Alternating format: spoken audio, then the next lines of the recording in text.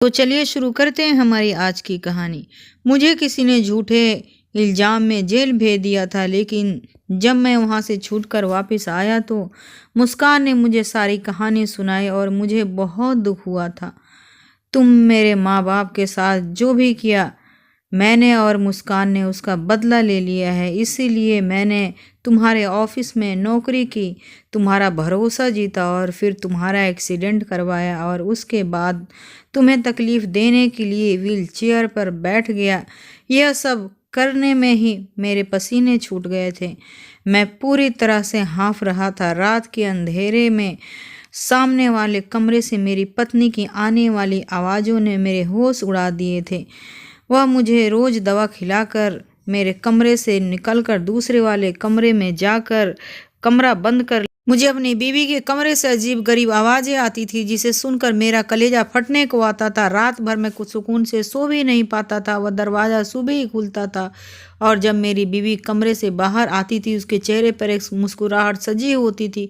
उसका हसीन रूप उस वक्त और भी जगमगाता रहता। उसके गीले बाल मेरी जान निकाल कर रखते थे। मैं पूछता था कि तुम रात में मेरे कमरे में क्यों नहीं सोई, उठकर क्यों चली जाती हो? तो वह मुझे कोई जवाब नहीं देती, बस एक अजीब सी मुस्कुराती नज़रें मेरे बेजुबान पैर पर डालती। वह ऐसा कह रही हो जैसे तुम एक अपाहिज मर्द हो, तुमसे क्या हो सकता है। वह मुझसे मुंह खोल कर तो नहीं कहती थी, उसका ये चुप्पी मुझे अंदर ही अंदर मार रही थी। पूरा दिन वह मेरा ख्याल रखती, मुझे खाना खिलाती, अपने हाथों से दवाई देती, रात को खूबसूरत सी साड़ी पहनकर एक अच्छे से तैयार होकर एक दूसरे कमरे में जाकर कमरा बंद कर लेती। रात भर तकलीफ़ें मुझे देती रहती। वो मेरे लिए जान निकालने से काफ़ी था और सजना संवरना बेमायने नहीं होता था। एक बार मैंने खाना खाते हुए उसका हाथ पकड़ लिया और कहने लगा, मुस्कान, तुम रात को मेरे पास ही रुककर मुझे छोड़कर नहीं जाओगी? मुझे तुम्हारे बिना नींद नहीं आती। तुम तो जानती हो कि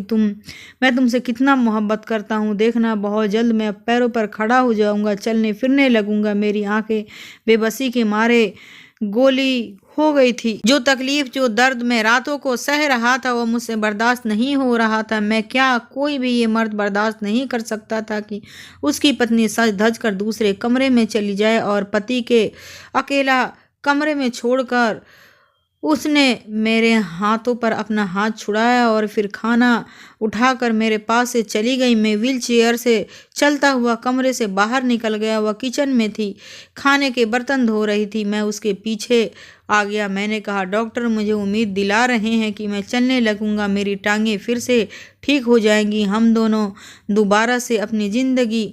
मेरी बात पर एक कांच का गिलास टूटकर जोर से मुस्कान के ज़मीन पर गिर गया था। वह गुस्से से मेरी व्हील चेयर पकड़े मुझे बाहर गैलरी तक ले आई। 8वीं मंजिल से नीचे देखते हुए मुझे डर महसूस हो रहा था। कहने लगी, तुम यूं ही मोहताज और अपाहिज ही अच्छे लगते हो, समझे? अगर तुमने अपने ठीक होने की बात कही तो यहाँ से नीचे फेंक दूंगी। भगवान करे तुम कभी ठीक ना हो, ऐसे ही रहो, बेबस मोहताज रहो, सारी जिंदगी गुजारो।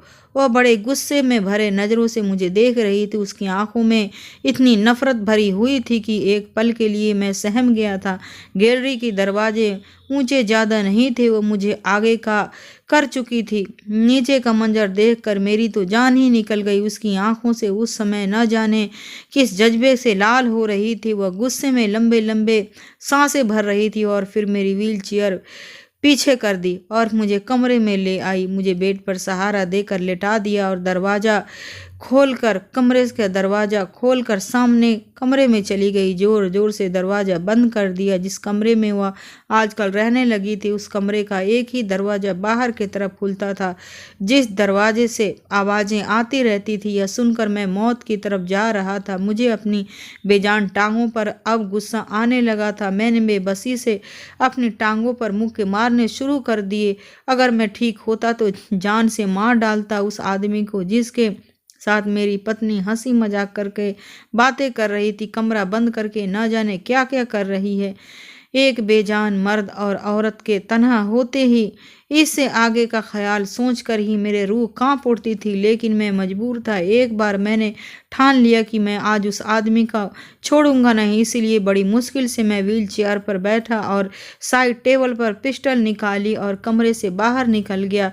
सामने कमरे से अभी हंसने और बातें करने की आवाज़ें आ रही थी। मैं कमरे की हॉल से झांक कर देखा तो मंजर मेरी आंखों के होश उड़ा देने वाले थे। मैंने गुस्से में दरवाज़ा पीटना शुरू कर दिया। जैसे ही दरवाज़ा खुला, सामने खड़े आदमी को देखकर मेरे हाथ में पकड़ी पिस्टल गिर चुकी थी, क्योंकि सामने तो मेरा ही वो अपने होश उड़ा देने वाले हुस्न से मेरे सामने बैठी हुई थी, मुझे उलझी हुई नज़रों से देख रही थी। मैंने अपने मुंह से सिगरेट का लंबा सा कस लेकर धुआं उड़ाते हुए कहा, मिस मुस्कान, मेरी तरफ कोई जोर ज़बरदस्ती नहीं है।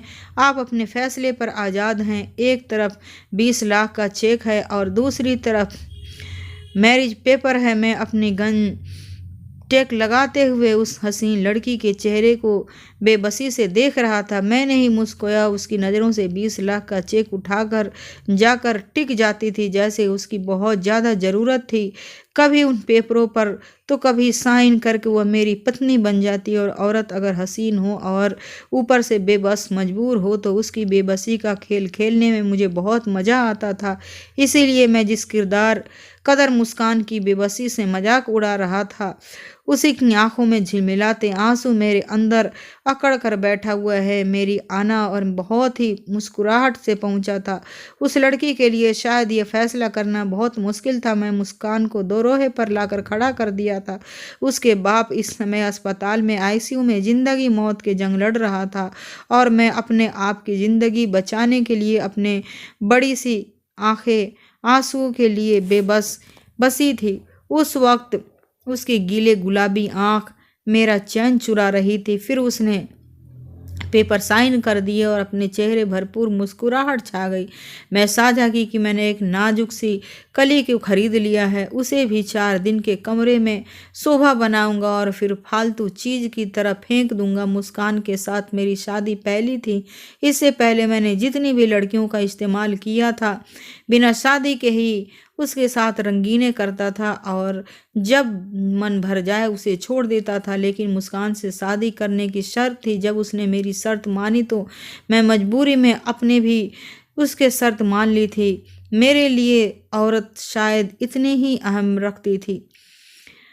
बहुत बड़ी गलती थी। हाँ, वह एक बला ही थी जो मुझे निगल गई। मैंने बड़ी खुशी से मुस्कान के साइन किए थे, शादी के पेपर्स को उठाया था और सपना भी साइन कर लिया था। मेरे ऑफिस में मेरे रूम की तीसरी कुर्सी पर वकील भी बैठा हुआ था। उन्होंने बाकी के कार्रवाई की थी और वो भी हसीन लड़कियों में से मुस्कान खत्री की मुस्कान डोगरा बन गई थी। विकास डोगरा की पत्नी बन चुकी थी, लेकिन बस कुछ ही महीनों के लिए। अब तो मेरा उससे दिल भर जाता और एक गिरी हुई नज़र से मुस्कान की तरफ मैंने नज़र डाली। वह सिर्फ दिल बहलाने के लिए थी। मैंने कहा, मुस्कान, यह चेक मेरा ड्राइवर अस्पताल पहुंचा देगा। तुम मेरे साथ मेरे फ्लैट पर चलोगी, क्योंकि आज हमारी शादी की पहली रात होगी जो मैं बर्बाद नहीं करना चाहता हूँ। मुझे में इतना सब्र नहीं था कि उसके इंतज़ार में मैं अपना टाइम बर्बाद करता। उसने पलटकर मुझे तड़प कर देखा था। कहने लगी, मेरा बाप जख्मी हालत में अस्पताल में पड़ा है। मैं नहीं जानती वह जिंदा भी बचेगा कि नहीं, इसीलिए भगवान के लिए एक रात मुझे मेरे बाप के पास गुजारने दो। मैं वादा करती हूँ मैं खुद ही तुम्हारे पास आ जाऊँगी। उसने हाथ जोड़ते हुए मुझे विनती की थी, लेकिन मैं इतना रहमदिल नहीं था। अगर रहमदिल होता तो मुस्कान की मजबूरियों का मैं फ़ायदा नहीं उठाता। मैं अपनी पैंट की जेब से हाथ डाली तो धीरे से चलता हुआ उसके पास गया। मैंने कहा, तुम्हारे बाप को इस समय इस चेक की ज़रूरत है, तुम्हारी नहीं। यह चेक बहुत ही आराम से तुम्हारे बाप के पास पहुंच जाएगा और प्लीज़ अब मुझे देर मत करो, मुझे ज़्यादा सुनने की ज़रूरत नहीं है। यह कहकर मैं उसकी कलाई पकड़ी और उसे अपने साथ ले जाने लगा। वह पूरे रास्ते मेरे हाथ पैर जोड़ती रही, मुझसे मिन्नतें करती रही। वह मुझसे बस एक ही कुछ घंटे मांग रही थी कि मुझे मेरे पापा के पास भेज दो, लेकिन मुझे तो जैसे ही सुनाई नहीं दे रहा था, सिवाय उसके थप्पड़ की गूंज जो कुछ दिन पहले उसी लड़की ने मेरे मुंह पे मारा था। मेरे अंदर लगी हुई आग की शायद बेबसी और बहते हुए आंसू ही बेझुन कर रहे थे, इसीलिए मैंने गाड़ी चलाता रहा, उसको किसी बात पर ध्यान नहीं दिया। मैं बस एक ही अमीर और अय्याश टाइप का लड़का, 30 साल का नौजवान था। इतने तो शायद किसी के कपड़े भी नहीं बदले हैं जितने मैंने लड़कियां खरीदी और बदली है। आज तक कोई ऐसी मिली नहीं थी कि कुछ रातें की संगत के बाद मेरे दिल को भा जाती। मैं मुस्कान को उसकी कलाई से खींचता हुआ अपने फ्लैट पर ले आया। फ्लैट का दरवाज़ा खोलकर मैं उसे घसीटता हुआ अंदर कमरे तक ले आया था और उसे बेड पर धक्का दे दिया। वह आंसू बहाती रही। मैंने कहा, 20 लाख दिए हैं ना? नहीं मरेगा तुम्हारा बाप, वो बीमार और बुढ़ा बाप है, इसीलिए यह रोना धोना बंद करो। और फिर अलमारी से निकाल कर वही गाउन जो मैंने उस दिन पहले मुस्कान को दिया था और बदले में उस गरीब घराने की लड़की ने मेरे मुंह पर गाउन दे मारा था और मेरे मुंह पर थप्पड़ मारकर मुझे अपनी शराफत की कार्रवाई की थी, आज मैं उसी मकान में लाकर खड़ा कर दिया था। सिर्फ 20 लाख के बदले वह इस समय मेरी खरीदी हुई गुलाम बन चुकी थी। जब तक मेरा दिल नहीं भरता मैं उसके साथ इस्तेमाल करता और खेलता, और मेरा दिल जब भर जाता उसे दूध में पड़ी मक्खी की तरह निकाल कर फेंक देता। हालांकि कुछ दिन पहले ही मैंने उसे 20 लाख ही चेक दिया था और बेवजह उसका बेपनाह हुस्न था जिसने मेरे होश उड़ा कर रख दिए थे। मैं उसके हुस्न की कीमत पहले भी इतनी ही लगाई थी, लेकिन बदले में उसने मुझे थप्पड़ मार दिया था। मैं चाहता तो उसी रात उसे ज़बरदस्ती अगवा करके अपने दिल में लगी हुई आग को शांत कर सकता था, लेकिन मुझे नहीं, और उस बेबस मजबूर लड़की की बेबसी को देखना था। मैं चाहता था कि वह खुद मेरे पास रोते हुए मदद मांगती हुई यहाँ आए, मेरे सामने हाथ जोड़कर रोते और गिड़गिड़ाने, ताकि मैं सुकून से रह पाता। जिसमें उसे देखना चाहता था नेट की खूबसूरत सा गाउन उसके बदन की खूबसूरती को झलक कर बाहर आ रही थी। वह अपने आप को छुपाने की कोशिश कर रही थी और उसकी यह हरकत देखकर मेरे लबों पर मुस्कुराहट फैल गई थी। मैंने कहा, अब कोई फ़ायदा नहीं खुद को मुझसे छुपाने का। अब तुम मेरी बीवी बन चुकी हो और मैं तुम्हारे साथ वह सब कुछ करता हूँ जो मेरा दिल चाहेगा। मेरे कहने पर वह तड़प उठी थी। कहने लगी, नफ़रत है मुझे तुम जैसे अमीर बिगड़े हुए लड़कों से। तुमने सिर्फ मेरा शरीर पाया है, लेकिन मेरे दिल में नफ़रत है। तुम मेरे दिल को कभी पा नहीं सकोगे। यह बातें सुनकर मेरे शरीर में आग सी दौड़ गई थी। मैंने कसकर उसके अपनी बाहों के शिकंजे में जकड़ लिया, इतनी जोर से कि उसकी सिसकी निकल गई। उसने मुझे अपने कोई कर्क नहीं पड़ता। मैं तुमसे चाहे जितना भी नफ़रत कर लूँ, लेकिन तुम दिल में यूं ही कुछ महीने तक मुझसे ढेर सारा मैं प्यार करूँगा और अपने 20 लाख की कीमत वसूल करूँगा। उसके बाद तुम मुझसे आज़ाद हो जाओ। ये कहकर मैंने उसके खूबसूरत से बदन चूम लिया था।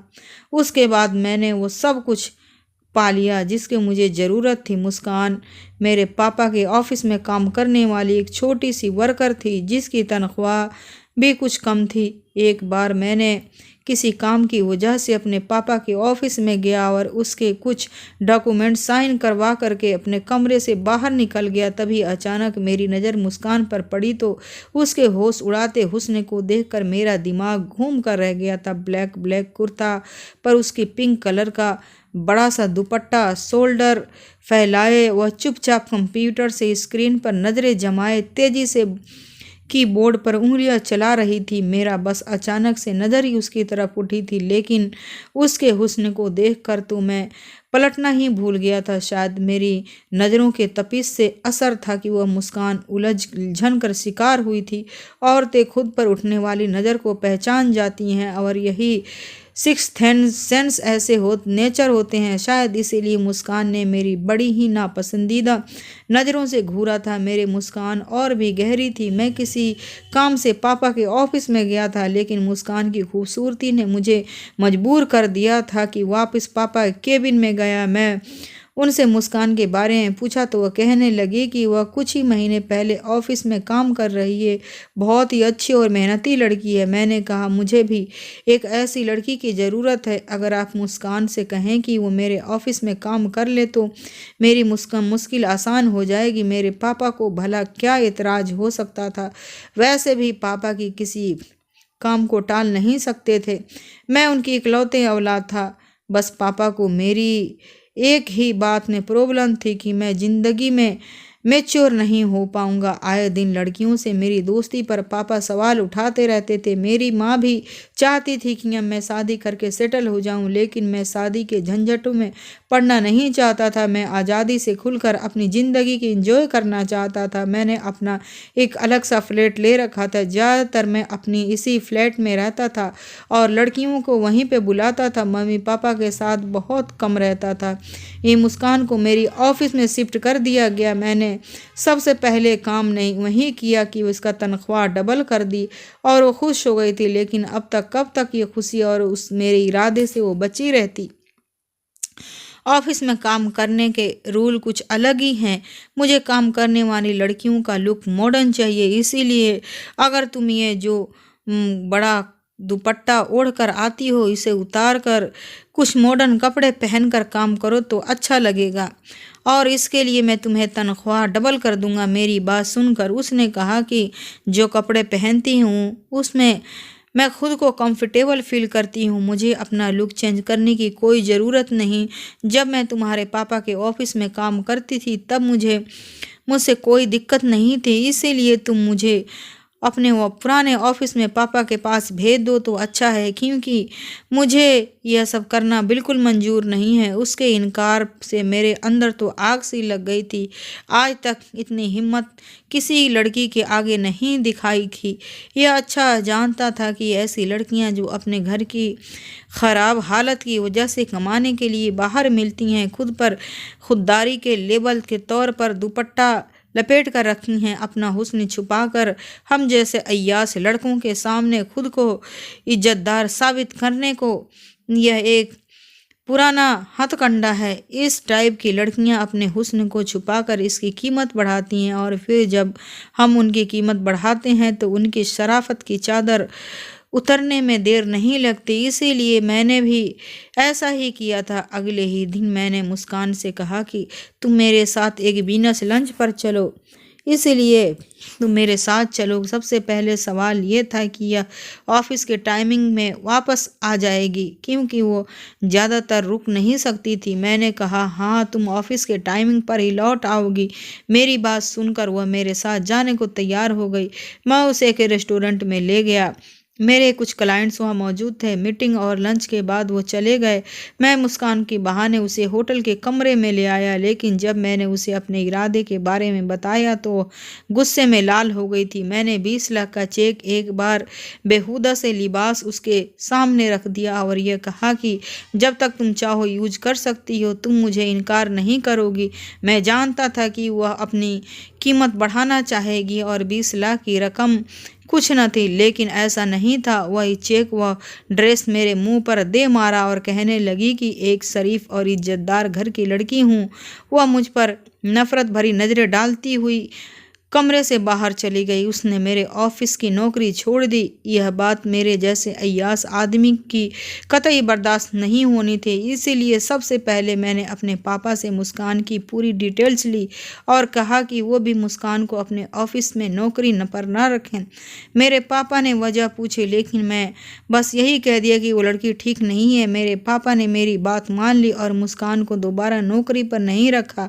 उसके बाद मैंने उसके पापा के एक्सीडेंट करवा दिया, उसे जिंदगी की मौत तक पहुंचा दिया। और अब जब वह मेरे पास मदद के लिए आई तो मैंने उसे साफ कह दिया कि मिस मुस्कान, अगर आप चाहती हैं कि आपकी कुछ मदद करूं तो अपनी शराफत और यह ख़ानदानी इज्जत को मेरे ऑफिस में बाहर रख कर आइएगा। तो कहने लगी तुम्हारी शर्त मंजूर है, लेकिन बदले में तुम्हें भी मेरी एक शर्त माननी पड़ेगी। मैंने हैरत से उसकी तरफ देखा। मैंने कहा कैसी शर्त? उसने कहा तुम चाहे मुझसे एक रात के लिए इस्तेमाल करो या फिर 4 रातों के लिए जब तक तुम्हारा मन करे तब तक इस्तेमाल कर सकते हो, लेकिन मुझे हाथ लगाने से पहले तुम मुझसे शादी करनी पड़ेगी। बिना शादी के तुम मुझे छुओगे भी नहीं। बेशक तुम मुझे चाहे एक रात के बाद तलाक दे देना, लेकिन मैं बिना शादी किए तुम्हारे साथ नहीं रहूँगी। उसके बाद सुनकर मैं दंग रह गया था, और फिर उसकी बात मेरे लिए एक एडवेंचर भी थी। आज से पहले मैंने कभी ऐसा किसी के साथ नहीं किया था, लेकिन मेरे लिए कोई अहमियत नहीं रखती थी। वह मेरे लिए सिर्फ कुछ दिन या कुछ महीने की अय्यासी की सामान थी। आज वह लड़की मेरी बाहों में थी, मेरे ही फ्लैट के कमरे में, मेरे बेड पर। आज बेबसी में आंसू बहा रही थी। उसकी अकड़ मैंने कुछ ही दिन पहले तोड़कर रख दिए थे। मेरे अंदर की हैवान परस्त इंसान इस कमजोरी सी लड़की को अपने बात मनवा कर ही शांत हो चुका था। मुस्कान का बाप तड़प तड़प कर अस्पताल में दम तोड़ चुका था, और वह अगले ही दिन अस्पताल पहुंची तो बाप का मुर्दा शरीर देखकर रोने लगी थी। लेकिन मुझे इस बात से कोई फर्क नहीं पड़ता था। मुस्कान के बाप, उसके अलावा उसका कोई नहीं था। कुछ दिन बाद वह बाप का मातम मनाती रही, लेकिन उसके अंदर ही अंदर टूट करके ख़त्म हो चुकी थी। लेकिन शायद उसके हुस्न का भूत मेरे सर से अभी तक उतरा नहीं था, इसीलिए उसके घर से उसे वापस अपने फ्लैट पर ले आया। इस बार उसकी आंखों में मेरे लिए पहले से भी ज़्यादा नफरत थी, लेकिन मुझे कहाँ किसी बात की परवाह थी। मुझे लगा बस कुछ दिन का खुमार है। जैसे ही मुस्कान की हुस्न का खुमार मेरे से उतर जाएगा, मैं मुस्कान के मुंह पर तलाकनामा देकर उसे चलता कर दूंगा। लेकिन वह तो किसी नशे की तरह मुझके अंदर उतरने लगी थी। हर बार मुझे पहले से ज़्यादा हसीन लगने लगी थी, इतनी कि मैं कई कई घंटे तक बस उसे देखता रहता। हालांकि मुझे आज तक मुस्कान से बदले में मोहब्बत नहीं मिली थी। उसकी आंखों में मेरे लिए सिर्फ एक ही जज्बा था, और वो था नफरत का। जितना मैं उसकी संगत में रहता उतना ही वो मुझसे अच्छी लगने लगी थी। उसका उदास चेहरा भी मुझे लुभाने लगा था। एक बार वह बहुत बीमार हो गई थी और मेरी जान पर बन आ गई थी। उसी बुखार में तड़पते देखकर मेरा दिल तड़प उठा था। उसी समय मुझ पर यह खुलासा हुआ था कि मैं तो मुस्कान से मोहब्बत कर बैठा हूँ। उसकी तकलीफ मुझसे बर्दाश्त नहीं हुई थी। मैं रात भर उसकी खातिर जागता रहा, उसका ख्याल रखता रहा। कुछ दिन में वह ठीक हो गई थी। 6 महीने गुजर चुके थे, लेकिन अब वह मेरी पत्नी थी। एक बार उसने मुझे खुद से पूछ ही लिया था कि तुम मुझे तलाक कब दोगे, क्योंकि वह तो मुझसे पहले ही बता चुका था कि मैं उसके साथ कुछ दिन या कुछ महीने रहूँगा। लेकिन अब मेरा इरादा बदल चुका था। मैं चाहता था कि वो यूं ही मेरे साथ हमेशा रहे, और मैंने अपना ये इरादा उसे बता दिया। मेरी बात सुनकर उसे नफ़रत से मुझे देखा था। कहने लगी, मुझे तुम्हारे साथ पूरी ज़िंदगी नहीं गुजारनी है, मुझे हर सूरत में तलाक चाहिए। तुमने तो खुद के कहा था कि मुझे छोड़ दोगे। ये कहते हुए फूट फूट कर रोने लगी थी। मैंने कहा, मुस्कान, यह मेरे लिए नामुमकिन है। मैं पता नहीं कब तुमसे दिल लगी करते करते तुमसे दिल दे बैठा हूँ, इसीलिए अब तुम्हें छोड़ नहीं सकता। मैं तुमसे मोहब्बत कर बैठा हूँ, अब तुम्हारे बगैर जीने के बारे में सोच भी नहीं सकता। प्लीज़ मुस्कान, जो हुआ उसे भूल जाओ, और तुम भी मेरी मोहब्बत को स्वीकार कर लो। तुम जैसे भी यहीं रह सकती हो रह लो, लेकिन मुझसे लड़ने लगती थी। वो कहने लगती थी कि मुझे छोड़ दो। उसकी हालात दीवानों जैसी होने लगी थी। वो मेरे पैरों में पकड़कर बुरी तरह हाथ जोड़कर रोती रहती थी कि मुझे छोड़ दो, मैं तुम्हारे साथ नहीं रहना चाहती। मजबूरन मुझे उसे थप्पड़ मारना पड़ा। मैंने कहा, आज के बाद मुझे यह बात मत करना कि मेरे साथ पूरी जिंदगी नहीं रहोगी, समझी। मैं यह कहकर ऑफिस के लिए निकल गया। मुस्कान पर जो पागलपन का दौरा पड़ा था, उसे हटाने के लिए मुझे उसे थप्पड़ मारना पड़ा था। लेकिन अब मुझे बहुत अफसोस हो रहा था कि मैं मुस्कान पर हाथ कैसे उठाया। उस दिन मैं टेंशन में कार में भी तेज चला रहा था, और उसका नतीजा ये निकला कि सामने आने वाली गाड़ी से अचानक मेरी टक्कर हो गई थी और गाड़ी कलाबाजी खाकर लुढ़क गई। मैं बेहोश हो चुका था। जब मैं होश में आया तो मैं हॉस्पिटल में था। मेरे पापा के साथ मुस्कान भी वहाँ मौजूद थी। उसी समय मैं अपने पापा के सामने मुस्कान को अपनी पत्नी स्वीकार कर लिया था। मेरे पापा यह सुनकर मुझसे नाराज़ हो गए थे, लेकिन मैं जिस हालत में पहुँच गया था, मुझे कुछ कह नहीं सकते थे। मेरे दोनों टांगें फ्रैक्चर हो चुकी थी। डॉक्टर ने मेरी जिन दोनों टांगों पर प्लास्टर चढ़ा दिया था। डॉक्टरों का कहना था कि कुछ महीनों तक तुम अपने पैरों पर खड़े नहीं हो सकते। 1 हफ्ते तक अस्पताल में रहने के बाद मैं अपने माँ बाप के घर के बजाय मैं मुस्कान के साथ फ्लैट में चला गया। वह मेरा ख्याल रख रही थी। उसका रवैया भी बदल चुका था, लेकिन मुझे रात को दवा देने के बाद मेरे कमरे से बाहर निकल जाती। पूरी रात वह दूसरे कमरे में रहती। मैं उस समय तदाकत मोहताज हो चुका था कि मैं बड़े से बेड से उतर नहीं सकता था। मेरे कमरे का दरवाज़ा खुला हुआ था। वह सामने के कमरे में ही थी, लेकिन उसके कमरे का दरवाज़ा बंद था।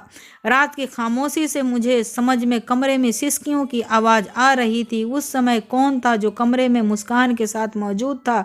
मेरा जी बेहद घबराने लगा था। शायद मेरा वहम हो, लेकिन मैं वहम नहीं था, क्योंकि वो मुझे ऐसे ही अजीबोगरीब आवाज़ रोज़ आने लगी थी जो मेरे लिए बहुत दर्दनाक के कारण बनती थी। मेरे ऑफिस के मैनेजर रोज़ आता था। जो भी ज़रूरी काम होता था मैं उससे घर पर ही डिस्कस करता था और फिर वह चला जाता था। काफ़ी जिम्मेदार और शरीफ लड़का था। अपने काम से काम रखता था। मैं सोच भी नहीं सकता था कि आज वो मेरी पत्नी के कमरे से बाहर निकलेगा। मैंने कहा तुम? वह कहने लगा हाँ। मैं अपनी मेरी आंखों में आंखें डालकर देख रहा था। मुस्कान भी उसके साथ खड़ी थी।